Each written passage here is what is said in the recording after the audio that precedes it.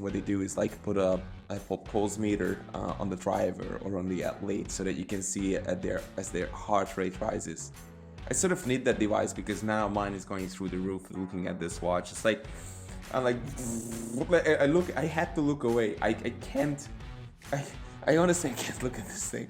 It's so bad. I'm happy it exists. I wish them all the luck in the world. I wish I could sit down with the guy or gal or person or whoever who designed this and hear them say, oh yeah, we just did this for a laugh. And then that would it would help me sleep tonight.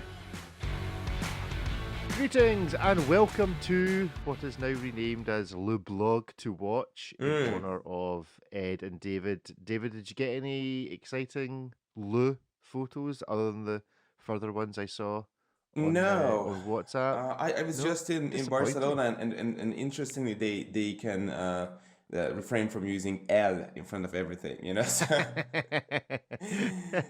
guess it's a French thing, apparently. There's one I've discovered in Glasgow, which is Le Restaurant, which is on the side of a French branded hotel. So I'll send you that later on for your collection. But welcome to show 100. We don't really talk about what episodes we're on, but this technically is episode 100. Although, as I was pointing out to David just before we started recording, there is no Ariel this week. Ariel's flying Biggles class. Rather, well, should we tell you who he's going with? Let's leave it up to him. We'll leave it up to him to tell that. But just say he's not very happy about his transport arrangement. So that's funny. We'll hear from Ariel next week on the lack of hot food, extra leg room, and peanuts on board his flight from where he lives to somewhere else. But it has been 5,939 days that aBlogtoWatch has existed, and so far I think we've managed not to sell a single watch. Any update on that, David? I think we've survived the last week as a media company and not a watch retailer. Every time a new day dawns, we break a new record in that regard.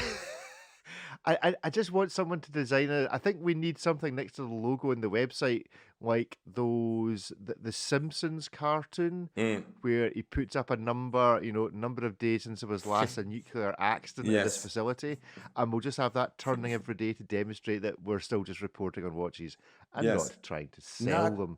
Selling watches, exactly. Not selling watches since 2007. Anyway, but we will speak about online retail shortly as one of our articles this week. But David, you have been on your corporate junket. I assume the flight was slightly better. And way better. Slightly warmer. I'm in row 5 on Wizz Air. It's just the be all and end all of it. You've got that good old emergency escape seat. One of the things is that flying from Budapest is that you sometimes just don't have other like direct flight options. Sure, you could fly fancy class wherever through Frankfurt or Munich or some nonsense like that and spend half of your day like that, or just try Wizz Air. And actually I was I quite like Wizz Air and EasyJet. I have nothing against them, to be honest. They are always on time, at least from Budapest. Super clean, brand new aircraft. So what's to complain about? It's like 2-hour flight or something like that. So that's not too bad. Ryanair, on the other hand, I refuse to take. I was just about to say, except Ryanair, who this week are in some controversy because they're charging you to print out boarding passes. So if you don't book a dedicated seat on the plane, which then gives you a boarding pass, you instead now need to buy a boarding pass. So anyway, I mean, the guy manages to make a lot of money and folks don't manage to fly his plane, so it's all our own faults for using it. Hadn't there been a time when Ryanair charged you if you had not printed the boarding pass? Yes, so this is the point. It's like, you're dead right. It's like, we're gonna do this so that all these boarding passes are digital, so we don't need to do them. And now it seems to go on. They'll be asking you to fax your passport in any minute now, just to it'll be like charges at 99 pence a minute or something. Really great fax machine charges. But worst flight you've ever taken on a watch gig? Hmm. That's a really good question, actually. Yes, I went to Hong Kong, and at the Mm, time, the organizers of the event I was visiting were adamant that they would only cover the very cheapest flight possible. mm, And me being a novice traveler at the time, I didn't know how to negotiate or even just, get out of this conundrum in a way. And I flew Aeroflot through Moscow, I think, and it was an interesting flight. Let's put it that way. If anyone's watched the cartoon Rocco's Modern World, which was on Nickelodeon, there's my mm. favorite episode where they are flying a plane that has like all patched up. It's basically like Oliver Twist's trousers, and the whole thing is just like you have barbed wire on economy with like chicken on the ground and all the rest. And I was reminiscing of that episode so many times. It's like 12 or 13 minutes long, but it was so perfectly descriptive. But actually, no, it was not that bad at the time. I Mm, wouldn't do it again, but it's yeah, I took it like 2 or 3 times because I desperately wanted to go to Hong Kong, and that was my only option at the time. yeah. And No, yeah, it's a lot of fun. I deliberately try to avoid any flight that goes via Charles de Gaulle because I hate that airport. Mm-hmm. But there we go. That's good. Anyway, right. Let's talk about what you were actually doing. You flew to Spain, as you Yes, said. yes. I whizzed to Spain, to Barcelona Mm-hmm. on Wizz Air, and I went with Bulgari actually, who launched two things, and you probably wouldn't guess the second one. One is, first is a watch, but second is a car. And it's not every day that a watch brand launches or designs a car, and it's a semi-digital car in the sense that it is a Vision GT car that goes into the Gran Turismo PlayStation game, or simulator, I should say. And the Vision GT has been a program within Gran Turismo for like 10 years, and it has had the finest, greatest car makers, create designs like Bugatti, Ferrari, Audi, Porsche, you name it. So many car brands have created these super outlandish models for players to play with and also to exercise and flex their muscles a little bit when it comes to creating no holds barred designs in terms of like what a cool GT car looks like or whatever. And so Uh-huh. what happened was that Fabrizio Buonamassa was the head of design at Bulgari Watches.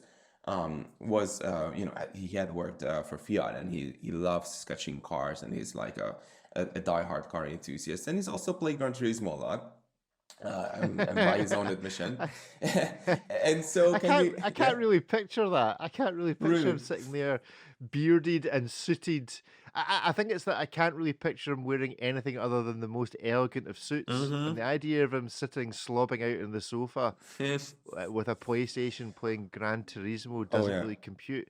Unless, of course, I could imagine him like in his upright, green studded office chair, Yeah. suited and booted, coiffured within an inch of his life, I, playing PlayStation. I think the podcast takes an interesting turn once we try to imagine Fabrizio Buonamassa playing Gran Turismo. But here's my take. I imagine like this, like dark brown, huge, sofa in the middle of a room and like a huge Uh-huh. ass TV that is normally, probably, there are those TVs that second as pictures on the wall. That Yes, it's normally got Van Gogh on it. yeah, probably, or yeah, or more like a Michelangelo or something. And it's like looking at that, and okay, it just sighs, like with a huge relief, like every 2 weeks when he has like an hour to sit down and play with Gran Turismo, and it just turns it on and just starts playing. And yeah, I can sort of, and he loves cars, and if you love cars, Gran Turismo is a great way to experience them because you have all these like beautiful ways to look at them, not just drive them, but to modify them, to buy them, to look at them in a showroom setting, to take pictures and whatever. So it's really a great way to experience cars that you don't have access to at the moment. And Mm. so somehow it happened that through personal connections and whatnot, uh, Fabrizio could work together with Polyphony Digital, who are of course the makers of the Gran Turismo game, and he also teamed up with Fabio Filippini, who is a car designer, who used to work at Pininfarina, for example. So, and he's like one of the big names in car design. And so wow, it's just a car. If you have not seen it, that you can imagine as an open top, very low, very wide, not race car, but it's more like a spider in a way. inspired by the late 60s, early 70s Italian cars. More like, ironically, not Pininfarina, but Bertoni. So if you've looked at the retro futuristic cars of the late 60s and 70s, I think this car has definitely been inspired by those. And they went the extra mile in the sense that, like, some of the car makers over the last 10 years have not created an interior for their cars. It was just like, oh, wow, look at this exterior. But here, they created a one-to-one life-size model, which exists also for the other cars, and it was part of this event where they were all exhibited. And this car also has like a freaking exterior, like the whole thing. It's like a buttoned down. It's really quite its own thing. And again, to come full circle, for somebody who loves cars and who loves car design and loves Gran Turismo, like Fabrizio, but I must say, to be able to do this, it's like a boyhood dream come true. So it was as much a Fabrizio project in the best way possible as much as a Bulgari project, which is good stuff. Cool, but what we all really want to know is, are you any good at Gran Turismo? Yes, it turns out I'm pretty good. Oh, aye. I, I do like sim racing. I've done it quite a while. I have a little setup at home, so it's just I quite like to play.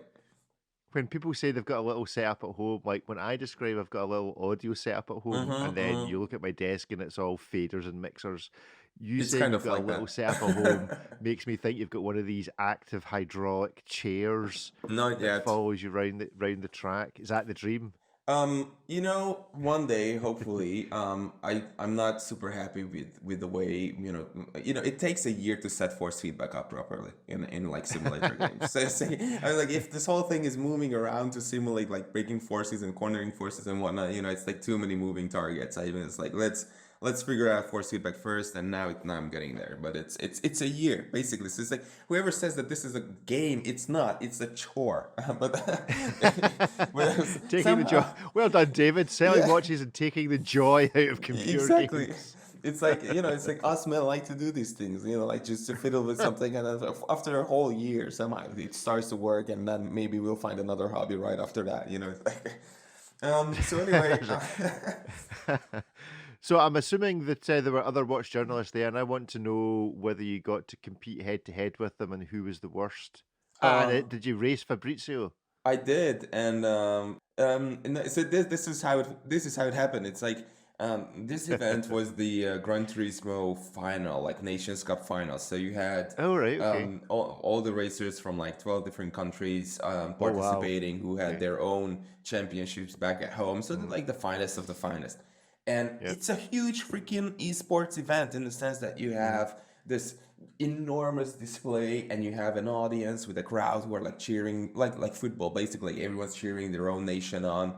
Of course, the Spanish were there, and the Spanish team was pretty good. So it's like the vibes there were incredibly vibrant and high energy and all that. So this is like an event that is also broadcast in like 10 different languages, commentators, like Formula One. So the event itself and the races are broadcast in a similar way as actual car racing, in the sense that you're looking at a broadcast with professional commentators and like professional camera settings and all the rest. So it's a big thing, and we 12 guests were playing on the exact machines that they were using 2 hours later for the final. And we drove 7 laps. You drove 4 laps yourself. And you were teamed up with one of the pros who drove the last 3 laps. So it was like a balancing act in between, like, who gets the better pro, but who's better themselves as an amateur driver. And so basically it turned out that from the 12 of us, it was Fabrizio, another person whose name sadly I don't remember off the top of my head, and myself, who took this kind of seriously before. And Fabrizio came third. The guy whose name I can't remember because I've never met him came second, and I came first. So that was a lot of fun. So you were lead. You were you buried the lead somewhat there in terms of that it was you that finished first. Oh yeah. But, so were there any particularly atrocious watch journalists there racing? Tell me there's somebody there that was absolutely awful.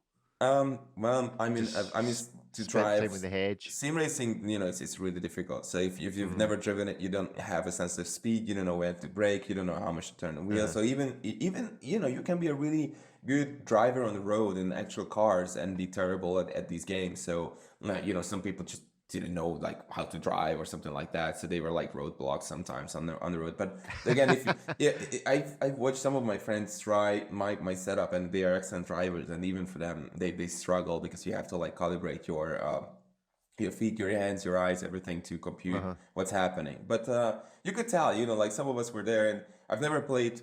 Well, I've last time I played Gran Turismo was like in the 90s, when a friend of mine had a PlayStation, and we could go there and just play on like the little game pads or something. But it's, of course, it's come such a long way over the last 25 years. And strangely, not strangely, but funnily enough, the Bulgari Aluminium collection came out just a couple months after the Gran Turismo game. So Gran Turismo 97 December 23 or something like that, and then the Bulgari Aluminium is 98, early, like, I don't know, first half of the year sometime. Just going to ask you then actually about the watches, the Mm-hmm. Aluminium chronographs. So there was special releases for the show, for the event that you were at. Mm-hmm. I'm a big fan of these, and you know what? Without wishing to go on to a slightly different topic of conversation for later, these are really good. The chronograph and the three handers on the used market. These Mm. are some really good value. These, go and have a look if you like this kind of aesthetic, and it does take a little bit of getting used to. But once you're so deep into watches, this just is great. I love it. I love these watches. What did you make of them in the flesh? Yeah, I remember when these were relaunched a couple of years ago, I think 2020 or something like that. Yeah, a bit about that. And I saw the pictures, and I just rolled my eyes. I was like, that's, aluminum and rubber. Yeah. Sure, I'm in Bulgaria. Might go like down this fashiony, road, and just create something for the people who have too much money and too little sense. And it's just like it says Bulgari on it, and here's a toy watch. And I was genuinely surprised, and to be honest, I still am, about the quality feel of these. You have to go out, you have to try one on, you have to like hold it, because the way these watches feel, and this is really difficult to get right because aluminum is not a luxurious material, and it's also lightweight, and lightweight rarely feels quality. But somehow, with all this rubber on the bezel and also on the strap, it has this like supple and solid feel to it. Yeah. And this articulating strap, I just saw somebody make a comment like, "Oh, it's stupid and cheap." It's not. It's the polar opposite. It's basically the best rubber strap, if you're into that you can have. It's way better, way more comfortable, looks way better than the Oyster Flex and Rolex, which is a disaster, I think. And also much better than what others are doing, even Hublot or Patek on the Arcanaut or something like that. This articulation in the strap creates this really cool chain-like effect on the wrist, Mm, and it's also mm. very comfortable somehow. So because rubber tends to have this, it's not elastic enough. Sometimes it's quite stiff, and it's very difficult to mold rubber into a shape. And kudos to Rolex, at least for that follows the shape of your wrist, because your wrist is like an oval basically, and a strap is like an oval turned on its side, right? So it always Mm. creates this pinching effect sometimes, not sometimes, basically, technically always. And so by having these little joints around which it can articulate, it's way more comfortable than others. So that's cool, and it's been around on the Bulgari, Diagonal and Bulgar for like, I don't know, 25 years, something like that. And they managed to get Bulgari on one, two, three, four, five, 6 times on this watch, I think, which is close to being a record, I think. So there's no mistaking that the watch is a Bulgari if Yeah. you happen to own it. But yeah, I love these. Yeah, it is a watch. I suppose that's the expertise of Fabrizio. It's a watch that shouldn't work. Like if you were to say an articulated rubber strap with like effectively hinges in it, Mm-hmm. an aluminium rubber ends. Like that's just going to be an absolute dog's breakfast. But see, when you bring it all together, it really, really works. And although it does take a little bit of getting over, like for me, the whole brand name everywhere, always disliked. But over time and over, you know, months, years of seeing these, you suddenly then get to appreciate that it's not as in your face as you might think it is when you Mm. actually come to wearing one of these. So no, these are Yeah. great watches. I love them, and really good some really good value on the second hand market if you care to go and have a look. But as well as that, oh, by the way, you said you haven't played Gran Turismo, but you have a. So what are you playing if you're Uh, not playing Gran Turismo? yeah, I If you've have a got a racing car PC. set up. I have a PC and and I was uh I was playing ACC for some time and that's very difficult to get right.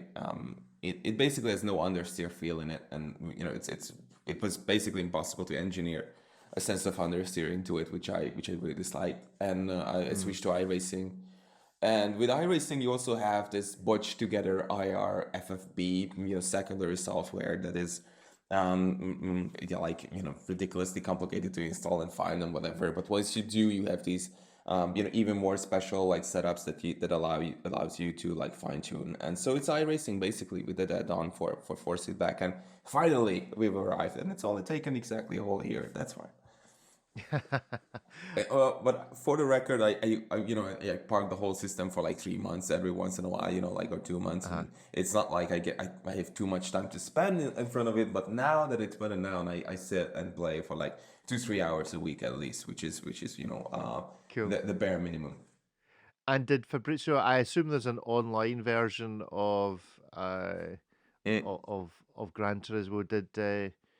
Did Fabrizio give away his username so that other people could hunt him down that's a good to question. play against him? That's funny. Maybe we Need to should find have out. like a Bulgari Cup or something. That would be I fun. think that sounds like the aBlogtoWatch Bulgari Cup. I think the reality is it'll be between you and Fabrizio. I don't think anybody else, well, that I'm aware of in the aBlogtoWatch team. Is there anyone else that's a particularly big gamer? I'm not sure. I'm not sure. No, I Maybe think you maybe probably Sean, but hold I'm that not title. sure if he's into like car games. But I know he's into Yeah, cars. We'll have to cool. ask. Yes, so maybe an aBlogtoWatch esports team is the future. There we Mm-hmm. go. Good stuff. Right, so that's Bulgari. While we're touching on kind of semi-sports events, David, you are aware that there's a certain football competition coming up next year. Hopefully, it hasn't escaped you, despite the fact that you don't really like football. Yeah. But I should point out that for the European Championships that are being held in Germany next year, And we made Scotland have been it. drawn. Yeah, Hungary you made made it. it.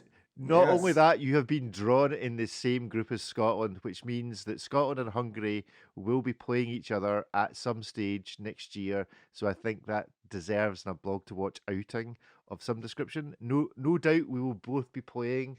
It'll be like a playoff for the last place. Mm-hmm. Right, let me just. So do I travel to Scotland or you travel to Budapest? How do we do this? No. So we travel. We travel to Germany because that's where the event's taking place, Oh, David. jeez. That's how it works. That's how football works. Okay. Is they have a competition in a country and we all go there. So let me just hold on a second, because you know what, I've not actually looked this up as to what the Scotland. It will be the only football match I will attend for the next 10 years. But Scotland versus Hungary, I think it's a worthy one to go. It's the clash of the ages, no doubt. So we will play. When will we play Hungary? Oh, come on. We will play Hungary on Sunday, June the 23rd in Stuttgart. Have you ever been to Stuttgart? You must have been to Stuttgart, surely. Yes. Yes. Is Stuttgart worth a visit? Yeah, for car stuff, yes. Yeah, so so do we think we can get collectively Porsche and Hublot to sponsor a road trip? Like, I'll take a Porsche from Scotland, you take one from Hungary, we'll meet in Stuttgart. And then we wearing crash our in front of the Hublots. Porsche Museum. Yeah. It's straight through the window That's really fun. of the Porsche Museum. So Oh I my think goodness. we need to reach out to somebody at Bulgari. Let's. But the key thing is we're also playing Switzerland and Germany. So Boo. the whole kind of watch world between Switzerland, Germany, and then you and me, which obviously represent the rest of the watch world. Ariel will not be interested, so he can stay at home. So yeah, that's put it in your diary. Sunday, June the 23rd. Be there or be somewhere else. An element that adds to the excitement of this game is that, according to information I just found, the Kingdom of Scotland emerged in the 9th century. Uh-huh. as did that of Hungary. So we had equal amounts of time to get good at football. We're twins. We are brothers. 1100 years in the making for football, which of course I know is a preposterous thing to say before anybody hits me up with about, when football started, but still, I think it's kind of funny. I don't know. Hold on. Let's just Google Scotland versus Hungary football records. So currently, I was going to say that we both equally suck at football, but nobody sucks at football as much as Hungary. no, I don't know. You've had some players in the time, right? Okay, so here is the stats. Yeah, but they're all dead. So it's like, yes, we think we were great at some point, but it's like right. So,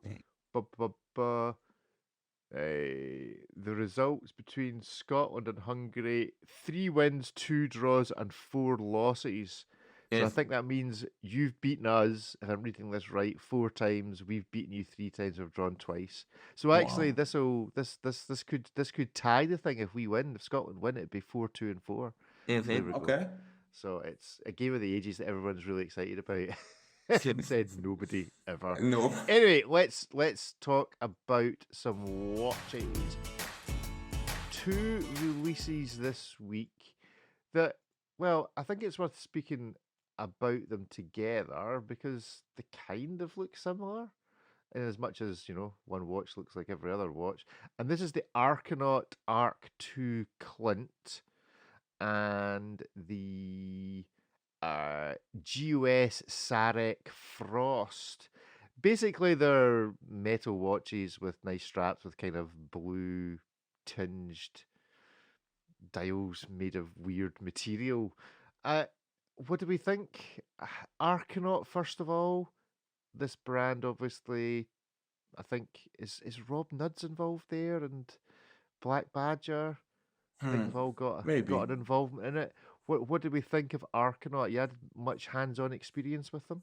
No, not yet. But just looking at them, it has this 90s, maybe early 2000s design wide, where it's like one perfect arc that is formed between bracelet or strap, I should say, and case. It's very organic in that sense, very clean. Reminds me, maybe not of Ecopod, but like something like that. Yes. If you go back to like again 90s 2000s design, this is absolutely that. Maybe it's a tiny little bit ahead of its time in the sense that the world of retro design or retro design in the world of watches, I should say, is way more vintage at this point. And it happens with fashion, with cars, with whatever, that it's like it transitions from one decade to the other, and then to the next. So it's like we're not here yet. So in that sense, it's looking backwards, but it's also ahead of the curve a little bit. It's like almost $4,000, 3,950. It's not cheap. It's not cheap, but I quite like to have the option to have a beautifully made, more expensive version of a design that I like. I think that somewhere around the house I have not a smartwatch, but some digital watch that maybe is like $50 or $100 with a very similar design. But because it's like constructed of arcs, it's like an integrated strap. The whole thing is curved with a perfectly round bezel and dial, of course, and which is not to say that this watch is it looks like that. No, it's just a design language that has existed for some time. But this is a more polished, more tightly constructed, nicer execution of it. It also matters how it looks on the wrist. It looks okay. On the wrist shot that they provided in these pictures. It's not too big, because what happens with these designs sometimes is they get super long, because there is this arc that the case follows and then the strap joins into it. And then what you end up with is like a relatively narrow watch that is so freaking long that you have to have a very large wrist, which is fine. But then again, it's sometimes these watches don't look good on any wrist because they're narrow, so they don't have like the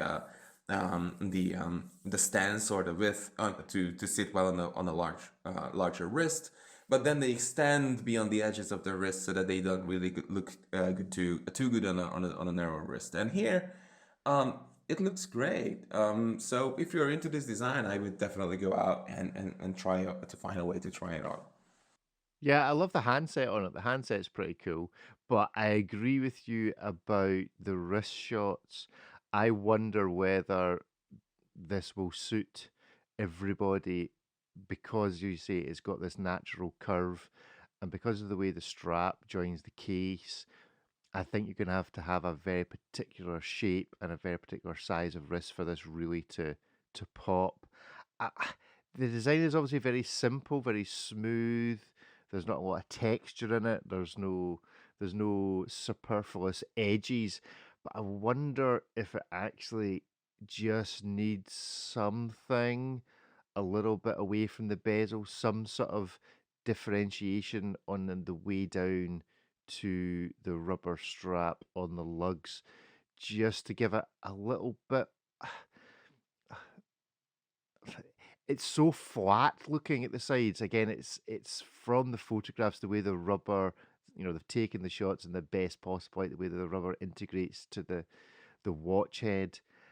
I guess if it maintains that, depending on the technology they've used to join one to t'other, if it maintains that smooth look when you put it on the wrist, then fair enough. But I just wonder whether you start to, if you've got either a really big wrist or a really small wrist, that strap's going to have to bend away from those lugs somehow. I'd be interested to know whether it leaves a space, whether it opens up a join, and just what that looks like. It is a lovely watch. I think there are a few folk commenting on the price of it, but I mean, it's a very limited run, $4,000. It's not. Yeah, I think it seems perfectly reasonable in the grand scheme of things. It will certainly be high quality finish, and the dial will be particularly spectacular. There's no loom shot, I noticed, as did And no somebody else in case the back comment shot. section. And no case back, considering that it's James Thompson Black Badger who's known for the loom. And So I think that's a bit odd. Maybe they just forgot, but presumably the loom on this is spectacular wherever it is applied. It's certainly applied on the handset. I imagine it's applied around the outer markers in the rehot yeah, for for the sure. looks of it. But it's odd that there's no actual loom shot with it. So if you're listening, James, send us a loom shot. Good stuff. And Right. then And we then, have the Ghost Sarek Frost watch. yes. Yeah, I'm a big fan of GOS. There's such a lovely Patrick, such a great guy. Anytime I've dealt with him, yeah, really, really like this. I think he was the subject of a April Fool's joke from some years ago that I was involved with one of his previous creations. But these are lovely. It is a very different aesthetic, although I suppose if you were to list the materials, they're probably pretty much the same. This definitely feels more like a, uh, Lord of the Rings type aesthetic to it in terms of just what it looks like with the various metallic effects Yes. that they use. Have you had the chance to see one of these? Not necessarily one of these because they're brand new, but some of the other GOS work. Not really, but I was going to say that it looks like a Vikings washer on patrimony. It really is. I'm looking at one of these pictures, and it totally has like if Vikings were making the washer and Constantine patrimony, this is what it would look like with the like little notches on the profile of the case, with the incredibly sharp blade-like hands. The whole watch looks like it wants to hurt you, which it definitely doesn't. Probably. But it does look like that, isn't it? And I think it's just wonderful to see how the world of watches has become so diverse. Like if you we're ending up in a situation where if you ever sit down and start sketching watches Mhm. in accordance with your own taste, sooner or later somebody out there will go the extra 1 million miles and actually make it by Mm. accident, the same style. This totally looks like someone who's like super into gothic design, or just like, as you say, Lord of the Rings or whatever else. And that it's just like that. It's a medieval looking, borderline aggressive, very cool watch. This GOS Mm. Sarek or Sarek, I'm not sure how to pronounce that. And it's 9.5 or $10,500 if you want to have the Damascus steel bezel, Mm. which is cool. I like these. I like that it's not too thick. It's basically a dress watch that's out there to get you. Yeah, the handset's a bit weird if you look at the photographs in that they bend. I'm not sure if it's that they bend up the weight or that the dial bends down the weight, or maybe it's a little bit of both. And But it's this really strange looking effect.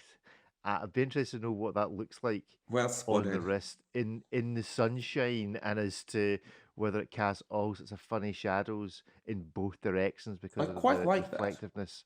It is We're not supposed to like that because most of the time, brands dedicate all this extra effort to have a hand that is curved so that it follows the curvature. If you have like a convex dial, it follows the shape of the dial and bends with it.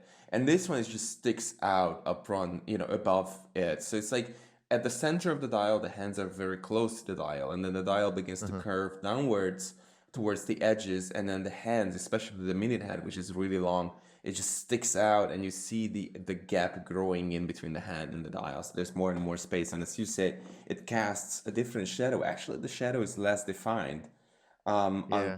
near the edge, the outer edge of the tip of the hand, as opposed to in the center, which is a very interesting effect. I've never seen that. I've never seen It's that on the it's watch before.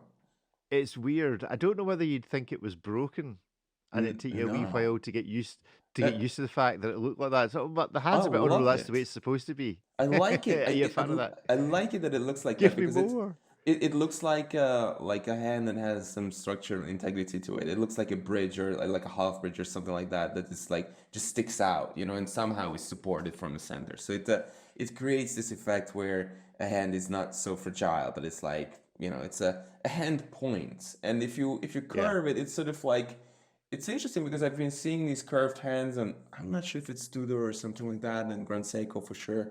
And I was always like trying to like hold the watch at like a steep angle, look into it, and see how it curves. And I always found it annoying somehow. I don't know why. And then it's you who spots that, and this watch, it sticks out, it perfectly level, and then the dial curves away from it. What a great design! I like that very much. We touched on it a couple of weeks ago as a result of Dubai Watch Week. Doxa had released a watch specifically for the event, but they now have the Doxa Sub 300B watches in steel. Are they called the 300B or the 300 Beta? Because I keep on seeing different iterations of this about how it's written, but They don't even know. they don't even know. No. Either way, these are pretty cool. I do like these. The Dias is beta. It has the letter beta on it.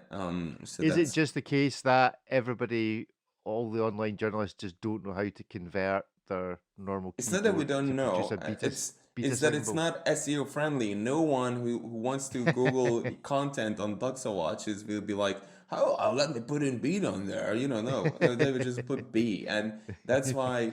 Even on the Doxa website, they spell it out as beta. Hmm. It's they should have created something that is like a little bit more consistent across the whatever. But yeah, it's a new watch.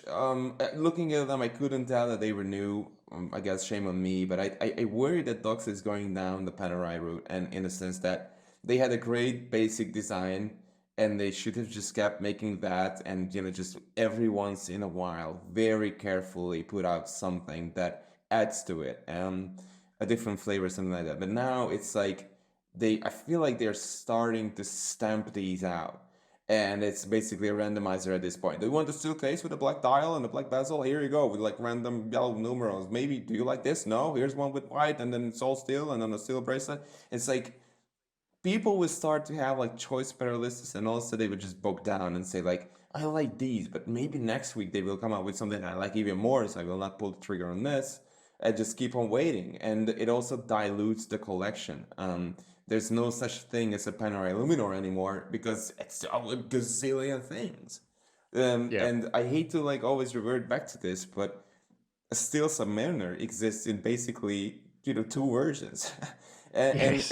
It's been like that for so long, and it's so great. It's such a relief in a sense that it's not, it's just not diluted to this extent. And I think being patient and just sticking with these things and focusing a little bit more on communication and just getting these watches out there and whatever else that you can do, as opposed to just stamping these out all the time, helps in the long run.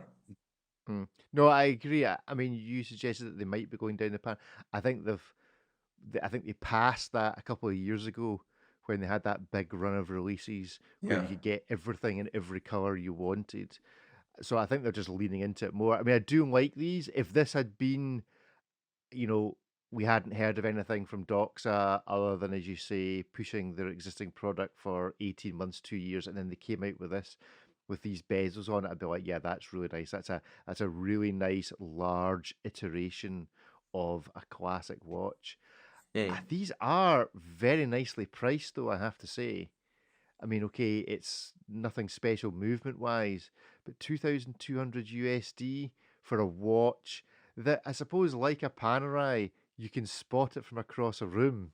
Like, if you see someone wearing a Doxa and you're a watch guy, you know that either the person really is actually into diving or Clive Cussler or actually genuinely knows something about watches and is worth a chat to, unless it does turn out that they're a massive Clive Cussler fan and just want to bore you about the books all day. But yeah, I do like these. I think the bezel tones them down just a little bit, which you can then spruce right up by sticking whatever kind of luminous color of strap you want on it. So yeah, I really like these. I'm a bit of a Doxa fan. As I said, I've never owned one, tried on plenty, which is possibly a reflection of what you've just said, David. Which You is, see? you try the one, you go, yeah, that's really nice, but oh, so's that other one next to it that's slightly more expensive or slightly cheaper or a slightly different color. Oh no, wait a minute, I can't decide. I'll go away and think about it and come back, and then you just never go back and you move on with your life. And in my case, you just stick to wearing your Panerai because, there you go. Something a little bit different, but in the diving sector, is it Bohen? The Right. Bohen StarDiver. This is pretty funky. I quite like the look of this. If Dox is not giving you your full oomph and you're more pro prof Oh, jeez. orientated or deep sea, but don't want to spend that kind of money, then yeah, this is certainly, you could use this as a weapon or a hammer or a mallet if you didn't have one handy. But I quite like. Is it okay, David? Is it okay that I quite like this? It's quite okay. I'm not one to tell what is okay to like and not okay to like. I'm happy for you, Rick, but this is the No, biggest help me. eyesore watch I've had in a long time. I wish them well. I like I found two things I like. I like the bracelet that it's Yeah. overkill. It looks like the tracks on a tank, and I like that the case back says "ass steel," and it's like capital ASS and in tiny letters like teal. So it says "ass" on the back, which is fun, and it has this overkill bracelet and an even more overkill clasp. That is Uh-huh. ridiculous. The What do you like class about looks this? awesome. It's just awesome. It's just like huge and pointless and cheap for what it is. I mean, you could, it costs you, was it 2 grand or something? But you could effectively just weigh this in once you were fed up with it, and you probably get that money back just from the weight of the steel. Maybe It's got a it's helium escape valve, completely pointless. But who doesn't love? I mean, a watch is completely pointless. Look at your phone. So who doesn't love a helium escape valve on a watch? no. Yeah, You're not it's a selling me the helium escape it's a fabric. left-hand drive. It's got a ridiculous nine numeral on it and a stupid 6 numeral on it. It's all these dive functions, and yet it's still got a date, A which allows you triple to date. see not only what day is it today, but what day is it yesterday and what day is it tomorrow. Which you would think, if you Oh were my doing god. this simple addition of one, would suffice. I mean, who actually uh, on what basis does somebody need to know today's date? The picture says it's the 13th, and somehow, having seen that it's the 13th, needs to understand that yesterday's date was the 12th and have that displayed on their watch. Sometimes what they do is like in extreme sports and even in like sometimes in a car motor racing, what they do is like put a pulse meter on the driver or on the athlete so that you can see at their heart rate rises. I sort of need that device because now mine is going through the roof looking at this watch. It's like I'm like I look. I had to look away. I can't. I honestly can't look at this thing. It's so bad I'm happy it exists. I wish them all the luck in the world. It's I wish I could sit down with the guy or gal or person or whoever who designed this and hear them say, "Oh yeah, we just did this for a laugh," and then it would help me sleep tonight because just to know, it's like the 20 is smaller than the 30 on the bezel. It has this large 9 and 6, as though all you needed to know was like if it's 6 o'clock or 9 o'clock. It has a triple date. It has a huge crown on the left side, and it says "set" with an arrow pointing towards it. It has a crown guard that is huge, but not large enough to cover the even a huger crown. So the whole thing is pointless. A crown guard that doesn't actually cover the crown. The hands are not very pretty. It has a gazillion notches on the bezel and then on the dial. It says StarDiver in English, but it says Swiss between 4 and 5 o'clock for some reason. In French, but it says set and StarDiver everywhere else. It could be worse, David. It could be Le StarDiver. Le StarDiver. That's actually okay. You got me there. Thank you. There's one redeeming point in this watch. One redeeming feature is Le. Hold on a second. Let me just check the case back in case it Why is it appears. the case back says automatique in French and anti-magnétique, but it says Swiss made. So on the back it says Swiss made, but the front says Swiss. It says ass steel, TIGR5, excellence. I think you need one of these in your life, David. Fiability and precision. It's ridiculous. Why does it say anti-magnétique and Swiss made right next to it? These bilingual watches kill me. Okay, I've not gone through. Are we sure we know which one is the hour hand and which one is the minute hand? Nobody knows. Nobody knows. I mean, what if it's like the Doxa, whereby it's over? Because both the hands, if you like, are oversized or undersized, depending which way you look at. So I'm not really sure which one's which. I would not be surprised. I don't actually know. I think I know, but it's like the minute hand. But do you? Yeah. No, because it looks to me like the hour hand is the big hand. I would not be surprised. Is the hand? Does it look to you like the hour hand might be the one with the orange? No, because the hour hand is always the one that is installed below the minute hand. So the minute hand is on top. But the minute hand is huge, and it covers half or a third of the wheel, the date display. But it still says 26 and 27. I figured it out. That's why they need to give you a triple date so that when the enormous hand is covering the middle date of what the date actually is, you can see one of the other dates and therefore do the sum in your head. It's a novel solution. It's a novel way of making sure you always know what date it is. I've not seen anything as obnoxious as this since 2007. It's at least like 15 years too late to the party. Well, there we go. Let me just check that this wasn't a sponsored post. Whatever. It won't change what I think. And it's like absolutely. It's actually 2007 40 euros on the bracelet, which is like $3,000 in US dollars. So, but it's only 14.8 millimeters thick. Great. And 48 millimeter lug to lug. It's okay, let's move on.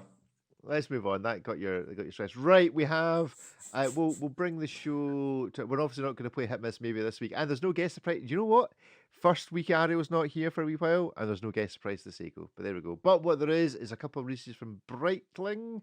So top time B21 classic cars chronographs, this time with tourbillons. Yay. What yay.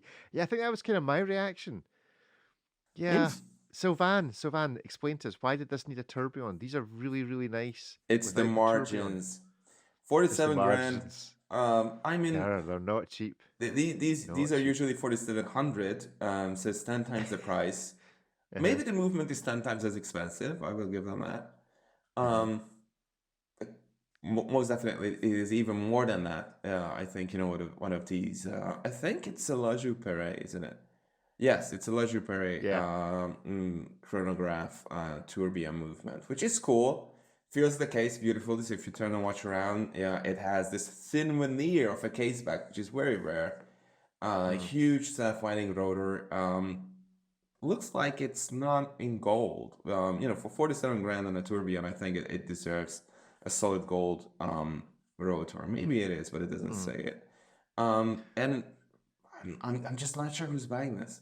The top time is What? like a young car enthusiast watch, in my view at least, and good entry point into the world of Breitling. And this one for 47 grand. I mean, I really don't know. What do we think about the change from circular subdials? Obviously, it's this kind of rounded square rather than a circle, both as the cutout for the tourbillon.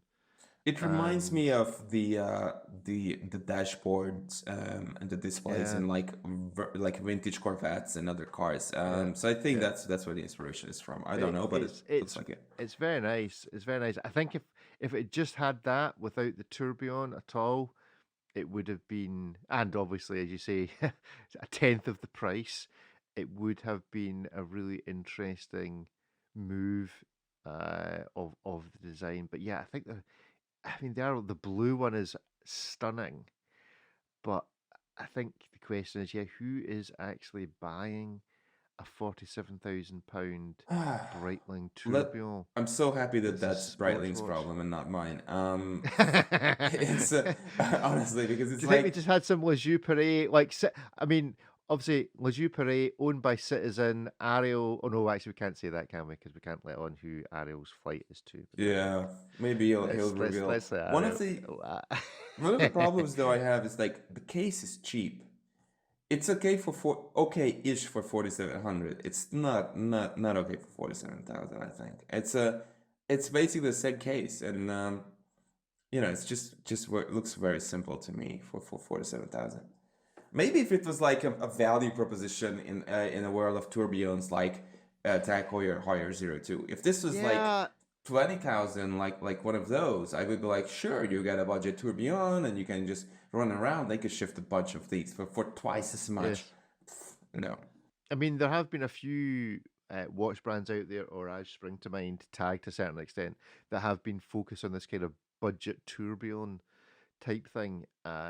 It's been a bit of a theme recently. Yes. But this is certainly not that. But yeah, if this had come in at the kind of 16, 17, 18, then yeah, if you're into your watches, or the salesperson managed to convince you that the tourbillon was just the thing to have to push your watch onto the next level. People want the tourbillon. You don't even have to explain it. You look at it and it's so beautiful in the way that it works. It's incredible. And for the record, I mean, the Heuer 02T, the Tag Heuer tourbillon chronograph went from 15,000 to 20. So it starts at just over 20,000 now, not 15 as it used to. So they could put this out for like 23, 24 maybe, but again, not for twice as much. And then Ariel has had a hands-on review with the Mosquito, the Breitling AVI Chronograph 42. I still really like these. I think on the bracelet, the kind of asymmetrical bracelet, they are lovely. Have you had a chance to visit a Breitling boutique recently? Yes. And did you see any of these? Yes. I saw these because a friend of mine actually wants one of these. He's not that into watches. He's more into cars, and he's like, I will make a bit of money on the side, and then he went a watch on the brown strap, and I'm like, you can change the strap on any watch, and he's like super fixated on the brown strap. So we go into the Breitling boutique, and it's like, but this one has a brown. I'm like, just let it go, okay? I mean, you're buying the whole watch, you just swap around, and it's so interesting to see how non-watch people buy watches. It's like, I want it to look good on a brown strap, and the brand has to present it on a brown strap to me out of the box in the window for me to be able to picture it. And it's like going into a car dealership and saying like, I want the black car, and then you're not buying the whatever, the car that would actually suit your needs because it's not in black or whatever color I just said in the showroom, and it's actually what happened, and it's the watch that he picked, and the watch that he liked, and I was like, okay. What else can I say? I mean, it's fine. I mean, these are okay. I'm not sure about the connection to the Mosquito and whatever else. I'm not sure about the long-term relevance of this product. It's like, who's going to, and I mean not just in general, but even the owner. Like, is this a watch that will stay relevant in 5 or 10 years from now? I don't think so. Fair enough. Well, go and have a look at that and all the other watch reviews at aBlogtoWatch.com. Also, go and check out Ariel's Superlative podcast with one of my favourite people from Bell and Ross, Marie and Laurie Trichard. So go and listen to her. Great interview there.